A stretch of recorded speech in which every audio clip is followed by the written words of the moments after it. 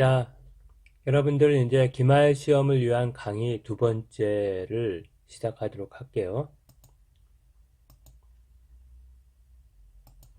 자, 이제 평생교육이 뭔지 좀 알아볼 부분이 있습니다.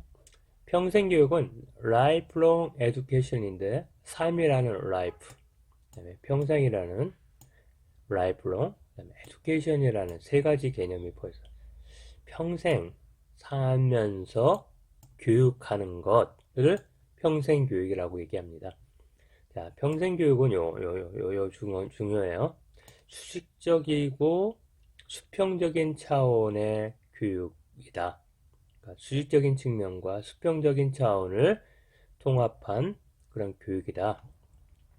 수직적이라 하면요, 평생교육의 대상이 묘람에서 부동까지 유아, 아동, 청소년, 성인, 노인을 포함한다. 수평적이라는 것은 인간의 생활 공간인 가정, 학교, 사회, 직장, 가상 공간을 포함하는 것을 말한다. 평생교육이 정년기 학생과 성인을 대상으로 한다고 하지만 현실적으로는 정년기 학생보다 성인을 대상으로 하는 활동이 많죠. 이것들을 정년기 학생을 대상으로 하는 학교교육과 성인을 대상으로 하는 안드로고지는 그래서 구별을 할 수 있어야 합니다. 학교교육은 선생님이나 교수자가 중심이 되고 현실적인 거나 실천적인 측면에서 약간 동떨어진 과거뿐만 아니라 미래에 필요한 그러한 추상적이면서도 일반적인 내용을 공부하는 고 미래 생활을 대비하지만 안드로고지 성인학은 학습자가 자기의 필요와 요구에 맞게 일을 하고 공부를 하고 일과 생활 중심이고 현재의 필요, 현재 자기 경력 개발이나 현재의 자신의 그런 직업을 얻기 위해서 이루어지는 그런 교육이 안드라고지다. 그래서 병인교육은 수직적이고 수평적인 교육의 차원의 교육이고 이거는 학교교육과는 평생교육은 둘 다 포함하지만 학교, 사회 여러 가지 성인까지 다 포함한 개념이지만 그래도 주로 안드로고지 측면에서 접근하는 게 일반적이다. 그럼에도 불구하고 둘 다 포함된 개념이다. 그래서 여러분들 학교교육과 안드로고지가 차이를 좀 구별할 수 있어야 합니다. 여기 본 것처럼 여러 가지 측면들의 구별이 가능하죠. 학습 욕구 측면에서는 안드로고지는 어떤 학습자의 요구의 필요나 이것들을 분명히 수요를 잘 파악을 해야 되고 페다고지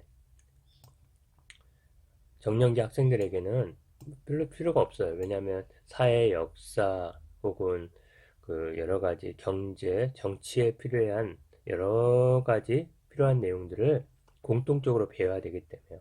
이 사회의 구성원이 되려면 필요한 지식만을 배우기 때문에 특정한 또 어떠한 직업이나 이거에 대해서 배우는 게 아니라 일반 보편적인 직업을 배우기 때문에 그다음에 그다음에 학습의 품에서는 안드고지는 어떤 실용적이고 문제 해결을 배운다면 주로 페다고지는 미래 생활을 대비하는데 지식이나 교과 중심으로 배운다. 그다음에 또 하나 측면에서 실제 생활의 문제나 상황 해결을 위한 학습을 하는 방면에 사회에서 규정한 이것만큼은 학생들이 배워야 된다고 하는 내용들을 가르친다는 측면에서 안드로고지와 페다고지가 차이가 있다라는 측면들을 여러분들에게 말씀드리고 싶습니다. 다음, 자, 평생교육의 유형에 대한 부분들인데 평생교육은 세 가지 차원이 있다고 여러분들 많은 부분에서 접근하지만 저는 요 세 가지 구분을 할 수 있어야 된다. 매 학기마다 시험 내는데 매 학기마다 틀린 학생들이 너무 많아요. 그래서 형식교육은 초, 중, 고 대학에서 졸업장이나 학위 취득을 목적으로 하는 정규 과정을 형식교육이라고 한다. 비형식 교육은 뭐냐? 학교 바깥에서 이루어지는 어느 정도 제도화된, 구조화된 학습 과정으로 자격증 취득이나 취업을 목적으로 하는 교육 프로그램은 학원, 도서관, 평생교육기관 이런 데가 비형식 교육이다. 형식 교육이 아닌 비형식 교육이다. 네, 무형식 교육이 있어요. 학습자가 독서나 여행 등의 새로운 무언가를 배운다거나 가족, 친구, 직장, 동료, 상사 조언 등 컴퓨터 인터넷 활용해서 이런 것들의 새로운 정보와 지식을 배우는 것을 무형식 교육이라고 하는데 이렇게 세 가지로 나눠요. 요거 반드시 문제 나와요. 반드시. 반드시. 형식 교육은 초, 중, 고, 대학 정규 과정을 얘기하고 평생교육은 비형식 교육으로 학원, 평생교육 기간, 온라인 학원 등 비형식 교육이라고 무형식 교육은 자기주도적 학습, 독서, 영화, 강연, 설교 등에 대한 학습, 친구, 교회 상사에 대한 조언 이 구분할 수 있어야 합니다. 그래서 평생교육에 있어서 형식교육, 비형식 교육, 무형식 교육을 설명하죠. 그리고 여기 영어로 표기하는 거 꼭 알아야 돼요. formal education, non-formal education, informal education 이걸 꼭 구별을 할 수 있어야 합니다. 그래서 자, 평생교육의 특성 이 5가지 측면은 이것도 시험 문제에 출제를 했습니다. 많이 5가지는 학습자 중심, 저렴한 비용, 요구를 반영해야 되고 취업이 연계되고 분권하다. 학습자 중심은 뭐니 해도 평생교육은 학습자의 변화하는 요구와 수요를 충족을 하면서 학습자에게 많은 교육 기회를 제공할 수 있는 방향으로 가야 된다. 라는 게 학습자 중심. 그 다음에 그러니까 변화하는 추세에 맞는 요구와 어떤 수요가 어떤 건지를 파악하면서 다양한 학습 기회를 주자라는 게 학습자 중심이고, 저렴한 비용은 많은 학생들이 교육을 받을수록 가급적이면 교육 및 훈련을 무상으로 혹은 저렴하게 제공을 해줘야 된다. 세 번째로는 요구에 기초를 해야 한다.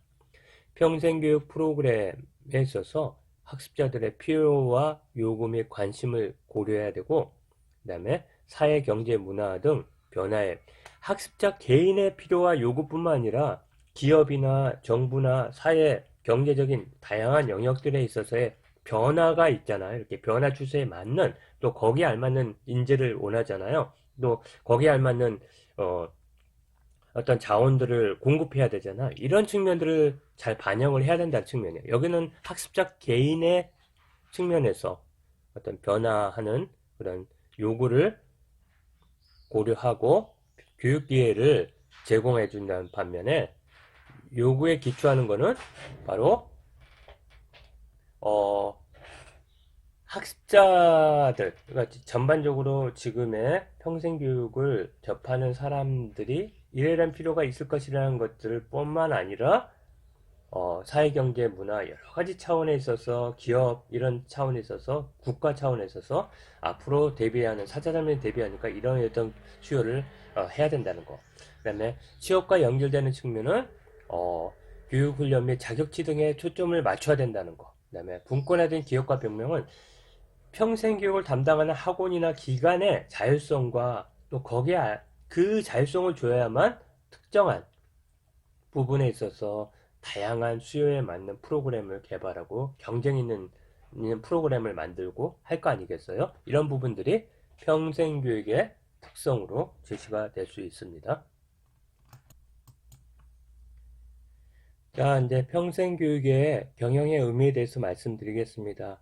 교육 경영과 행정을 구분을 하는 부분들, 그 다음에 평생교육에 있어서 여러분들 그게 뭔지 이제 한번 보겠습니다. 자, 경영이라는 건 뭐냐면 특히 이제 평생교육기관, 학원인 다 교육을 담당하는 기관이잖아요.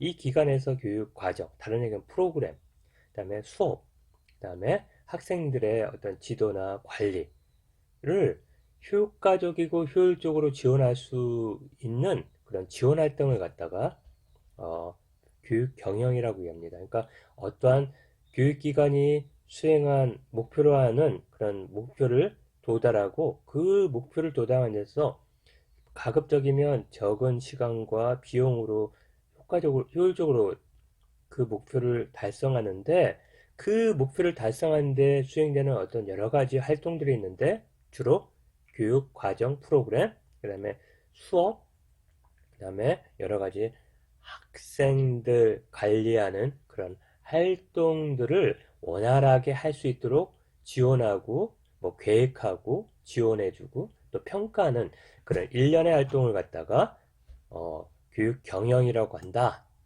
네, 교육 경영이라 한다. 여러분들. 그다음에 평생교육 경영은 그는 뭐겠어요? 평생교육의 목표를 효과적으로 달성하기 위해서 여러 가지 일정, 물적, 재정적인 조건과 운영 방법을 계획하고 집행하고 평가하여 여러 가지 효과적인 어떤 교육기관의 효과성과 효율성을 도모하는 그런 활동이다. 그래서 이제 평생교육 교육권은 이렇게 세 가지의 어떤 그 특징들이 있는데, 자, 프로그램이 효과적이고 효율적으로 이루어질 수 있도록 인적, 물적, 재정적 조건을 마련하고 또 그 운영 방법을 강구하는 활동이다. 이게 첫 번째예요. 그 다음에 두 번째로는 평생교육 경영은 한정된 자원을 효율적으로 사용해서 공동의 목표를 효과적으로 달성할 수 있도록 계획 집행한 활동이다. 이거 똑같죠? 그죠? 똑같죠? 요, 요 하나로 통합해도 되겠습니다. 요 하나로. 여기서 중요한 거는 한정된 자원을 효율적으로 이제 사용해야 된다. 교육의 목표가 달성할 수 있도록 구성원 간의 협동적, 그러니까 이제 두 가지로 했죠. 효율적인 자원을 활용하고 또 구성원들이 응집성 있게 서로 이렇게 소통도 잘하고 협업을 잘해가지고 목표를 달성할 수 있게 어떻게 보면 지원하고 관리하는 활동을 갖다가 경영이라고 하는데 평생교육과 관련된 프로그램이나 교수학습이나 학생의 관리나 이런 것들을 통해 하기 위해서 적절한 자원을 활용하고 또 구성원들의 간의 협동적인 활동을 촉진하는 활동을 갖다가 어떤 평생교육 경영이다. 학원 경영이다. 이렇게 보시면 되겠습니다. 자, 이제 두 번째로는 요거를 봐야 돼요. 경영과 행정의 차이. 행정과 경영의 차이는 뭐냐면, 자, 행정은 공공성 및 형평성의 공적 가치를 추구하는 것이 행정이고, 경영은 수익성 및 효율성을 위한 사적 가치를 추구하는 것이 경영이다. 주로 행정하면 국가 및 지방자치제에서 하는 거고, 경영하면 개인 또는 법인, 그러니까 학원에서 이루어지는 그러한 것들을 했다는 거. 그 다음에 정부 및 공공기관 수준의 정책 결정을 하는 측면이라면 비즈니스 수준의 어떻게 보면 의사결정을 하는 그런 측면들이 하나의 부분이라는 거죠. 죄송합니다.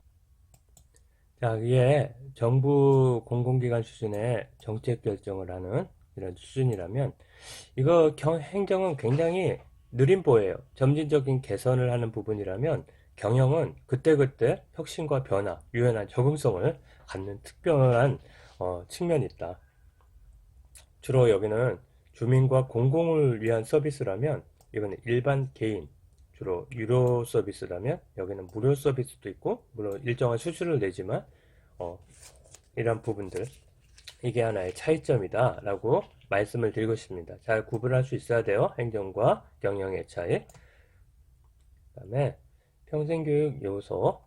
평생교육 요소는 지난번에 말씀드린 리더십, 기획, 사람, 조직, 자원, 그 다음에 재무, 서비스 등 이런 요소가 체계적으로 연결되고 이런 것들을 체계적으로 관리하는 활동, 그래서 또 효율성을 추구해서 교육의 어떤 목표 또 조직의 목표를 달성하도록 하는 게 일정한 평생교육 경영인데 이 중에 리더십이 핵심입니다. 리더십은 평생교육 경영자가 평생교육 기관, 프로그램, 구성원, 조직 운영을 효과적으로 이끄는 활동을 갖다가 리더십이라고 얘기합니다.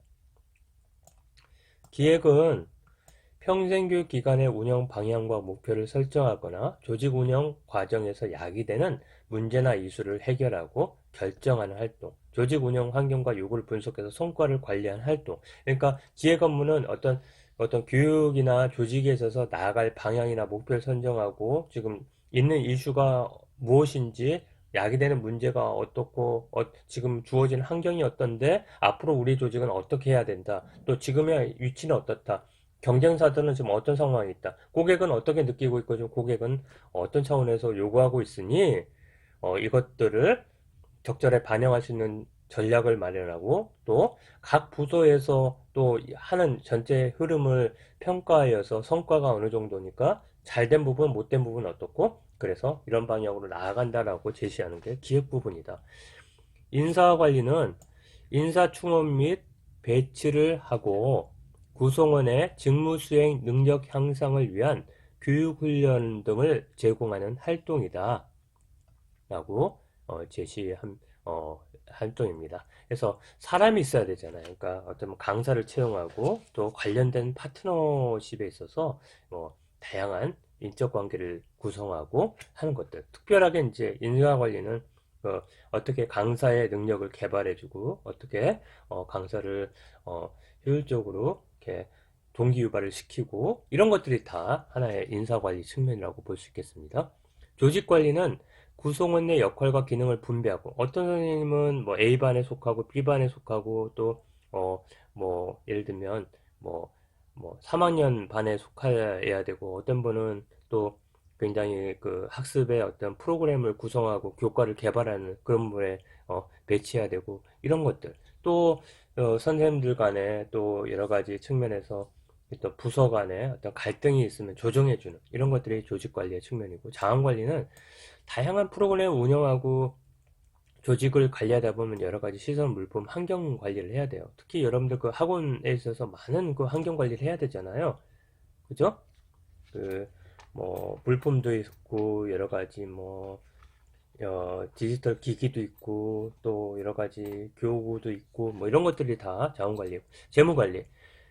조직 구성원들의 직무활동 지원 서비스에 필요한 경비를 조달하고 재원을 마련하고 또 봉급을 주고 하는 것들이 다 재무관리고요. 서비스 관리 및 고객 관리는 뭐니 해도 그 학원의 성패는 많은 고객을 확보하고 고객을 유지시키고 또 증가시키는 거에 있어서 요구를 조사하고 만족도를 확인하고 또 서비스를 제공하는 그것이 고객 관리겠죠. 그래서 이렇게 리더십을 중심으로 해서 어떻게 해요? 기획하고 재무, 자원, 조직,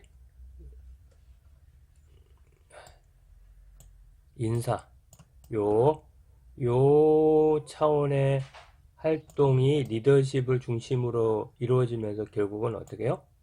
서비스를 제공해주고 서비스 관리를 하면서 어떻게 고객들을 확보하는데요. 그들의 만족도를 높여서 어떻게 학원에서는 그들의 결국 수입원이고 그들을 통해서 어떤 수입이 창출되는 그런 측면들이 있기 때문에 요 활동을 해야 된다. 이게 경영의 요소고 요 부분은 반드시 시험에 나옵니다. 자, 경영의 과정이에요. 어떻게 평생교육 기관이나 조직들이 어떻게 주로 경영해 나가느냐 이 과정은 주로 이건 고전 이론이에요. 그래서 주로 5가지 요소 계획, 조직, 명령, 조정, 통제다. 그래서 평생교육 경영의 과정은 계획하고 조직하고 명령하고 조정하고 통제하는 과정이다. 그래서 미래를 예측하고 미래에 대한 행동 계획, 현재의 지금 상황이 어떤지도 분석해서 지금 어떤 행동 계획을 수정하는 것도 계획일 수 있겠네요. 그다음에 조직, 인적 물적 조건을 정비하고 체계하는 거. 조직을 갖춰야 되잖아요. 사람도 채용하고 어떤 부서도 만들고 어떤 시스템을 만들어야 되잖아요. 그 다음에 명령. 조직에서 종업원이 최선을 다하도록 끊임없이 동기유발시키고 지시하고 어떨 때는 관리하고 또 어떨 때는 보상도 주었다가 여러 가지 활동을 해야 되잖아요. 안 되면 윽박도 질렀다가 이렇게 해야 된단 말이죠. 그 다음에 조정. 조직의 목표를 달성하기 위해 노력이나 부서 내 갈등을 조정하는 것. 그래서 여러 가지 일에 새로운 업무들이 오면 누군가는 일을 해줘야 되잖아요. 그러면 업무도 조정해줘야 되고 이거에 따라서 여러 가지 갈등 상황이 조대되면 갈등도 해결해 줘야 되고 뭐 이런 것들이 다 조정 활동이고요. 통제는 규칙과 명령에 따라 모든 일이 제대로 수행하는 거 있는 거를 감독하는 거. 여기다 평가하고 또 이렇게 관리 감독하는 거, 모니터링하는 거 이게들이 다 통제 안에 포함이 된다고 보면 되겠습니다. 평생교육 경영자의 스킬입니다. 평생교육 경영자는 주로 어떤 기술을 요구하냐면 실무적 스킬, 대인관계 스킬, 그 다음에 통합적 스킬이 요구되는데 실무적 스킬은 조직 목표를 달성하는 데 필요한 핵심 기술 또는 전문적 실무 기술이라고 얘기했습니다. 뭐니 해도 학원을 운영하려면 그 학원에 해당되는 프로그램에 익숙해야 되고 그걸 잘 가르쳐 보아야 되고 여러 가지 뭐 평가나 뭐 어떤 고객 관리 등을 실질적으로 잘 하셔야 어떻게 보면 그 평생 그 학원을 운영할 수 있잖아요. 그런 측면에서 실무적 기술이 필요하다는 거죠. 물론 강사나 실무 행정원들이 실무적인 일을 하지만 그것들을 익숙해야 그들을 관리하지 않겠습니까? 그 다음에 두 번째로 대인관계, 조직 내부와 외부 사람 많은 부분에 있어서 내부의 강사들과의 관계도 중요하고 외부의 여러 가지 파트너들과의 관계도 중요합니다. 이런 것들을 잘 조율하고 협력하는 그런 스킬을 얘기하고 이는 평생교육 담당자와 성사, 동료, 고객, 강사와의 관계와 소통 및 서비스 제공에 중요한 스킬이죠. 그 다음에 통합적 스킬. 전체적 파악적 스킬, 전략적 기획 전략이라고 하고 조직의 비전과 전략을 제시하고 운영 전반을 체계적으로 파악하고 평가해서 조직에 계속해서 혁신과 또 어떤 변화를 추구하는 그런 것들이 통합적 기술이다. 그렇게 봤을 때 보세요. 요 사무적 기술은 어느 영역이 크죠? 사무적 하위 관리층에 있어서 영역이 크죠. 뭐 경영자, 리더라고 해서 이 세 가지 여기만 치중하라는 게 아니에요. 전반적으로 다 깨고 있어야 되는 거. 그런데 사무적인 기술일수록 하위 관리층의 일이다. 그다음 인간적인 기술은 뭐야? 중간 관리죠. 그래서 중간 관리자는 하위 관리층하고도 연결되고, 그다음에 요구에도 연결시키고, 또 어떤 소통도 하고 이렇게 하는 거예요. 그럴 때는 그래서 인간적인 기술이 필요하다. 그다음에 최고 관리자일수록 어떻게 종합적인 기술이 필요하다. 이런 것들을 말씀을 드리고 싶습니다. 그래서 통합적 기술이 뭐냐? 체계적 사고하는 거다. 평생교육 경영을 위해서는 평생교육 운영 전반에 대한 체계적 종합적 분석이 필요합니다. 전반적으로. 그래서 이러한 접근에 있어서는 대외부의 구성원과 환경을 의 어떤 관계성 또 여러 가지 조직의 유형에 있어서 지금 예를 들면 봅시다. 어떤 시설 같은 데 있어서도 인테리어를 한다고 가정해봐요. 그렇다면 많은 인테리어에 있어서 지금 경향이 어떤지 어떤 쪽으로 해줘야 학생들이나 이런 수요자들이 만족하고 계속 우리 학원에 머물 건지 이런 것들을 고려를 해야 되잖아요. 그러면 그런 필요도 느끼고 인테리어 경향도 알아야 되고 또 인테리어를 싸게 하는 그런 업체들도 파악을 하셔야 되고 또 인테리어뿐만 아니라 어떤 교육 환경에 있어서 어떤 부분에 있어서 이런 환경을 조성하면 어떠한 뭐 시스템이 와야 되고 또 어떻게 관리를 해야 되고 이런 것들이 종합적인 판단이 필요하거든요. 그러니까 서로 연관이 되어 있습니다. 그랬을 때 분석된 조직의 하위 요소들에 의해 발생되는 문제나 대안 이 부분은 뭐냐면 이제 어떠한 학원을 운영하는데 어떤 문제가 생겼어요. 근데 이 문제가 한 가지 단순한 원인이 될 수도 있지만 여러 가지 예를 들면 학원 학생들의 수가 감소된다. 이게 뭐 한 강사의 문제가 아니잖아요. 프로그램의 문제일 수 있고 환경의 문제일 수 있고 여러 가지의 그러니까 학생의 어떤 필요에 맞지 않는 프로그램을 제공하는 측면도 있고 뭐 여러 가지 측면들이 있는데 이것들에 대해서 합리적이고 통치적으로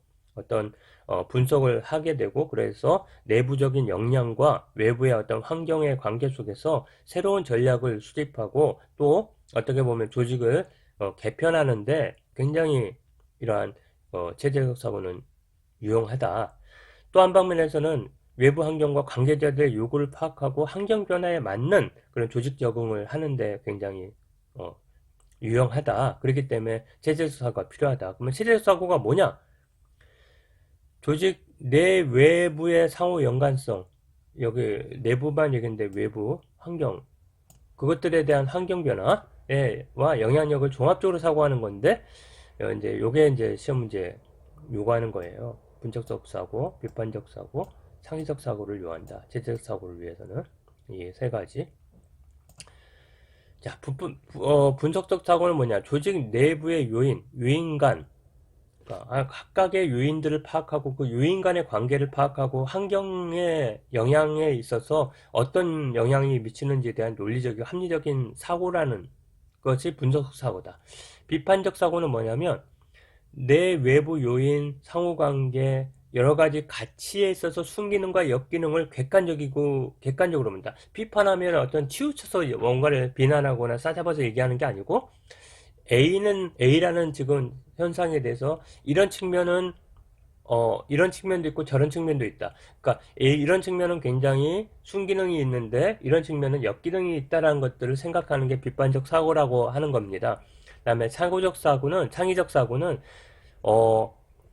어떠한 기존의 조직의 정책이나 절차나 방법을 지금 현 상황이나 외부 환경 속에서 보고 그것들을 수정 보완하거나 새로운 것들로 대체할 수 있는 그런 것들을 생각해내는 능력을 사고라고 한다. 그래서 이렇게 정리가 가능합니다.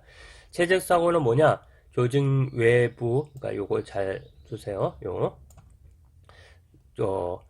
조직 내 외부 요인과의 상호작용 및 영향에 대한 종합적 사고방식인데 이거에 있어서는 세 가지 사고방식이 있다.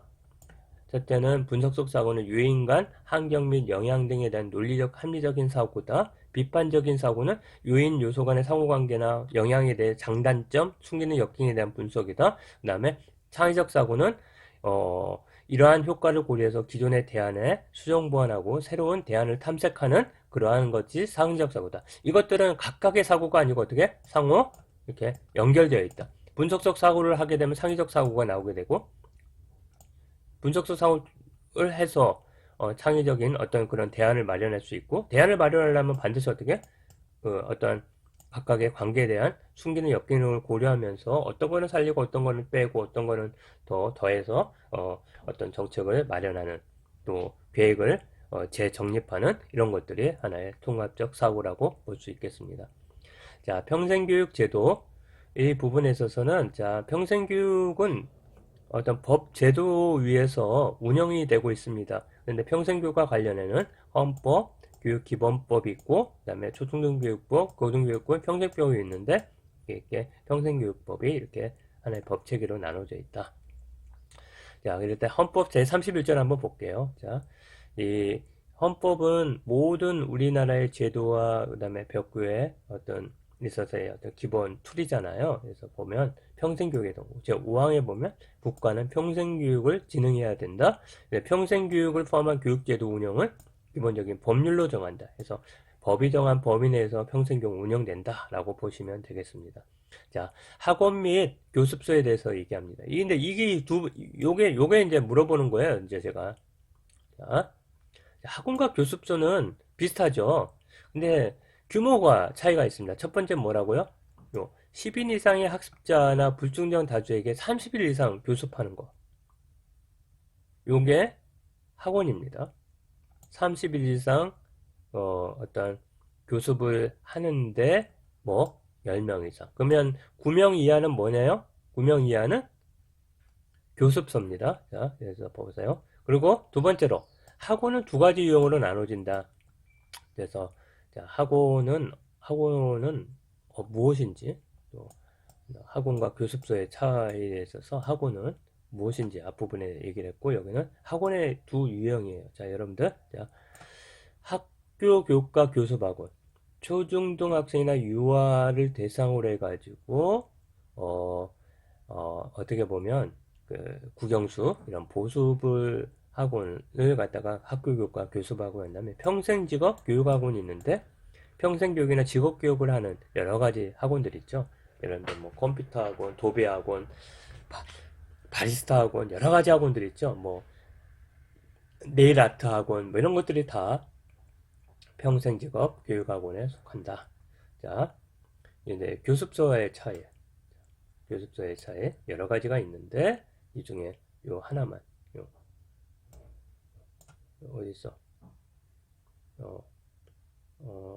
참고하시고 학습자 수가 동시 10인 이상이라면 동시 9인이야. 피아노는 6인 이상, 뭐 피아노인데 요거만 9인이야, 동시 10인이야. 되셨죠? 그다음에 뭐 여러 가지 뭐 법에 대해서 봤는데 여러분들 이거의 부분에서는 꼭 참고하십시오. 그다음에 명칭 사용에 있어서 시험 문제를 한 번 낼 겁니다. 명칭 사용에 있어서 반드시 교습소를 붙여야 된다는 거. 그래서 뭐뭐뭐 학원인데 고유 명칭. 그래서 뭐 시지, 국어, 교습소 이렇게 나와야 되는 거. 이거에 대해서 간단히 한번 써보라고 하는 거. 이거 한번 꼭 확인해 보셔야 합니다. 이렇게요. 커피 아카데미, 무슨 게임 학원 이렇게 나오는데 차, 수학, 교습소 이렇게 나오죠. 이렇게. 자, 몇 가지 제가 그 학원, 평생교육과 관련된, 학원과 관련된 이런 얘기들을 몇 가지 마무리하겠습니다.